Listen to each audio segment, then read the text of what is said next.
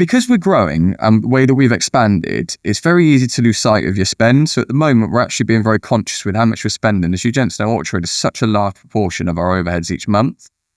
And we had a meeting at the award ceremony. There were two guys on our table that ran an Australian company. They just moved to the UK. They told us that our time to sell on motors was actually quicker than it was an Auto Trader based on the data they could see, which is really interesting.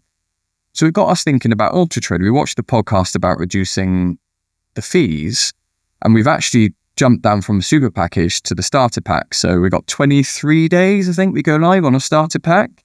And it was really interesting. The conversations we had with the Auto Trader rep didn't match the data and the research that I was carrying out with a friend of mine who owns a company down in Bristol that's on the starter pack as well, with where his cars were appearing in the search performances.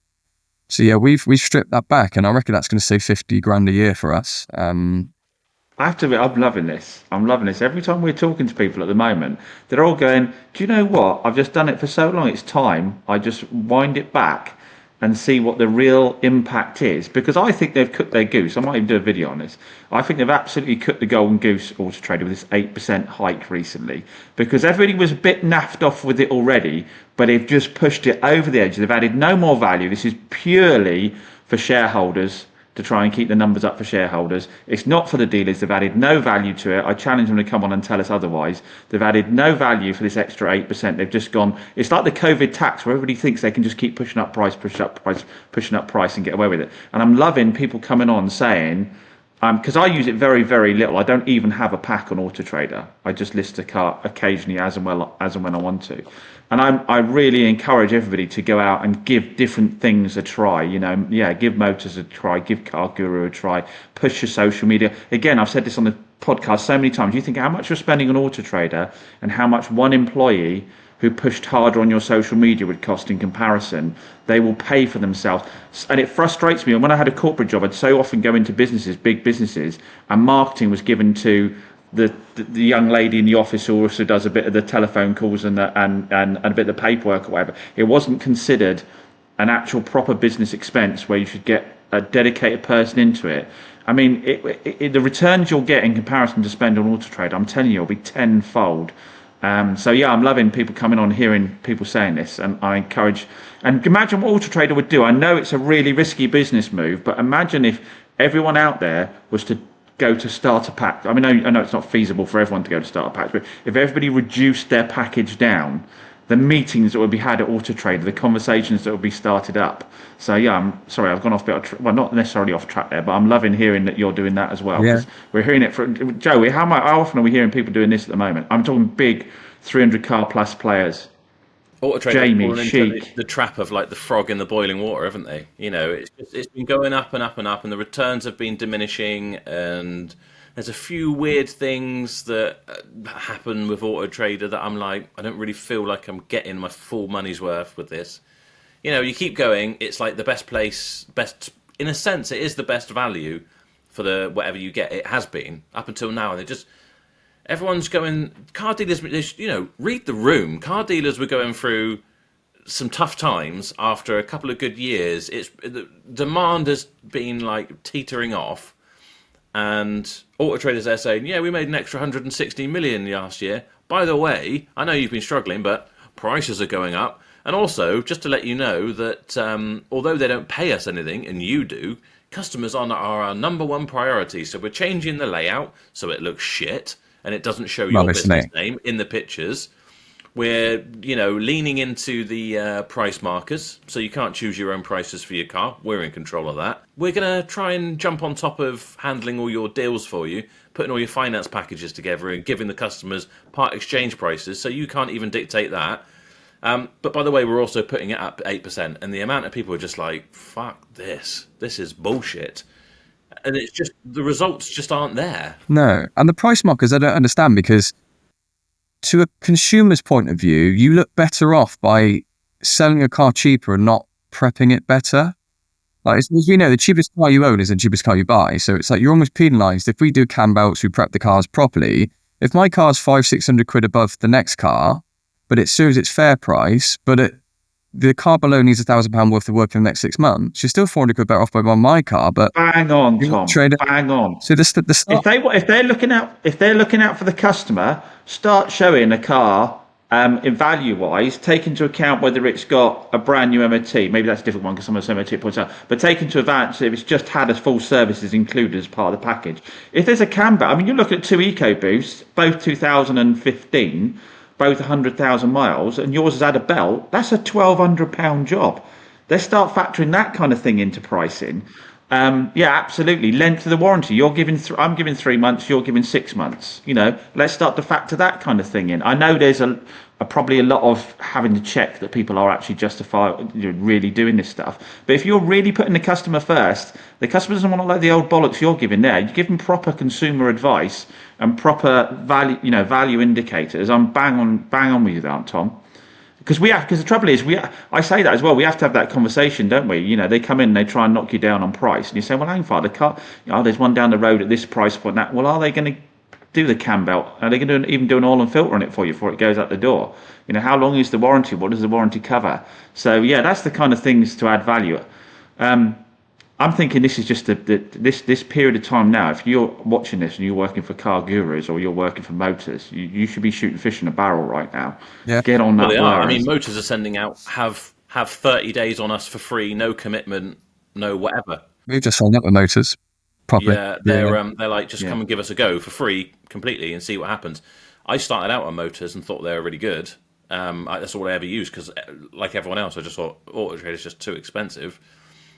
And then once you're in, you kind of you're hooked and you start spending more, which is the opposite of what I've done now. And Car Gurus are actually really doing really well. What I was going to say is with Auto Trader, well, what they should do, the whole idea of a price marker, in my mind, I've never really been that against them, and I've never really been that bothered about selling in a fair price or a high price if you think your car's good. But does it affect how quickly it sells? Probably.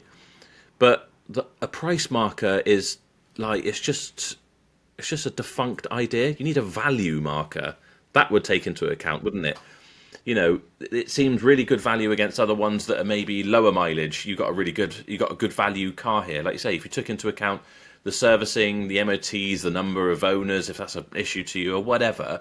But like this car actually stands out as good value. Yes, it's slightly higher mileage, but it's more value, or it's slightly higher price, but everything's done with it and it's not whatever. Because if you think about it, if you're going scuba diving and you went on scubadivingtrader.co.uk, would you be looking to buy the cheapest, rebreather system, or would you want to buy one that has just recently been serviced, checked over, and all that sort of stuff? Well, obviously, you'd want to buy one that you're really confident with and seems safe. Why that would be any different for a car that you're travelling 70 miles an hour in all the time? Yeah. Because what's your car checking service you use? I can't remember what it's called now. Vehicle Score. Vehicle Score, even Vehicle Score, that kind of to a certain extent does a better check for the consumer on that vehicle than Auto Trader, isn't it? Auto Trader is purely on the price. Vehicle Score is saying, well, what's the MOT history like on this car? Yeah, how many times it failed and had advisories? Yeah. Yeah, that's almost like better consumer advice than the price guide, isn't it? Yeah, 100%. But yeah, I've just dropped mine by 2/3, gone from a 30 car package to like a 10 car package, seen zero difference in number of sales. And the amount of people that we're speaking to who are not only dropping down to because there's loads of people we're seeing saying, am I going to see a massive drop off from, premium package, whatever it is, to starter package? And everyone's like, no, I've been on starter package for years and there's no difference, or I dropped and there's no difference. I think it doesn't hurt to have a presence on Auto Trader, because then people can look for you and find you on there. Because the benefit Auto Trader's got is a bit like the AA. It's just like a badge of confidence for customers, I think, that you're on there, because that's the proper place for car dealers to be, in a sense. Currently, don't rest on your laurels, Auto Trader, and think that's always going to be the case. But yeah, they'll do one or two things now, guys. They'll either say, okay, we've overcooked this now, we need to go back and have another look at it, or they'll get into that little algorithm and they'll start penalising the hell out of you guys going down in package levels, and they'll start making sure your cars just aren't appearing as often as they would. Or they'd be foolish if they did, because then they're going to lose you completely. They want to keep you on the hook, surely. one of the biggest problems I find with Auto Trader is that it'd be interesting to hear if you've experienced this, Tom, as a long-time Auto Trader user. You'll have a car that's been in stock for a month and you haven't opened a door in it, no interest whatsoever, and then one weekend you've got 6 or 7 inquiries on it. Yeah, we do have that. It's strange, and there's nothing changed. Like, we haven't just dropped the price or tanked the price or anything in it, because we had it out with, not out, I would say, but when we were chatting with the rep, I said, well, how can you tell me we've got GLC in stock? It's been in stock for ages now. I've got to be 160 days or so. The average time to sell is 50 or 60, say 50 days. I'm like, it's performing excellently. It's priced well. If your price markers work, why have I not had the door open on it? And another interesting thing we were looking at was these AI performance enhancers. What does that mean? Like, if my car comes up in a search performance, as I say, it's the GLC comes in against an X3, it looks like it's getting views, but is it getting the right views to the right consumer? And those performance markers and the AI boosting only works if you search under relevance. So if you search within 50 miles, price low to high, it doesn't matter what package you're on. You've, as a consumer, set a specific standard requirements for what you want to search for. So it will show you the cheapest car in the closest distance and work that way. And I would assume, based on the conversations I have with people, that's the majority of people that search on Auto Trader look that way. They don't, relevance defaults, but they change it. So you're almost paying for the luxury of nothing, really. Something that doesn't get used. And what are they classing as a view? I mean, I don't know. You guys might be able to tell if they give you a breakdown, but is it purely do you get a different figure for appearing in results versus actually clicking through to your advert? Yes, you get like an ad. You get an ad appearance, so your car might jump up a row or two. But we used it against a friend of mine, like I said, who was on a starter package. We even went under relevance, and we were doing it with a CLA, sorry. He was, I think it was like 28th out of like 90 something. And they told us if you went to the starter package, your car would appear at the bottom of the search performance, no matter what. And it wasn't. Don't believe that for a minute. As you exactly said, the consumer's searching for a particular make, model, mileage, distance, price point. You telling me, just because I'm on a starter model, if you're driven by the consumer and I fall bang into that criteria, I'm not going to appear at the top? Bull.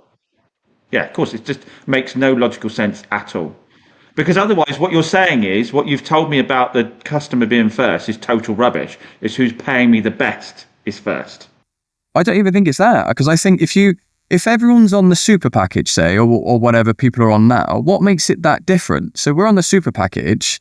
Does that mean we have to go to ultra? Because if they're saying, oh, most people are on the super package, well, that's great. But then who am I competing with in the super package? What makes me stand out against the other dealers on there? You're always better off being on a low package because you're just being different, because that's the whole point with this job, I think, is doing something a bit unique in one way or another, because there's so many people who want to do this job, want to be around cars, sell cars, that it's like such a saturated marketplace that you need to be doing something different. You can't just click and, copy and paste like sheep with everything that goes along, can you?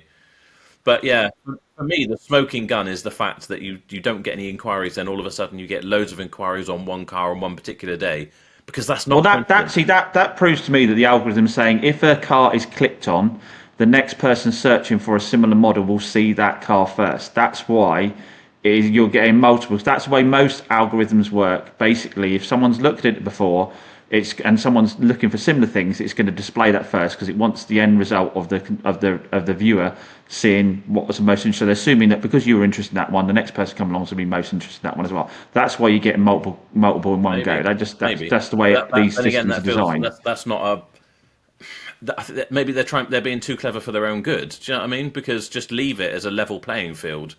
Don't, like, if someone clicks on a car, if that's the case, I'm going to sit down at home tonight with a VPN and I'll start clicking on all my cars and looking at all of them, because then supposedly, by your theory, it will promote it to everyone else. And if that's what you got to do, then great. I'm sure someone will find a program that clicks on your cars and clicks through all the pictures and does all that sort of stuff so it promotes you.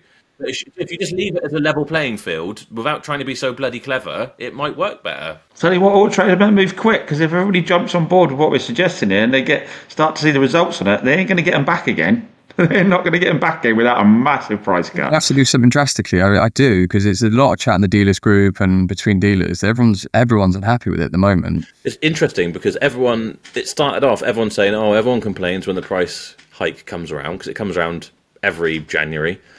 They put the price up. But this year, it really, really is different. And I think they just did not read the room. They were there saying, yeah, we made record 168 million last year or whatever it was.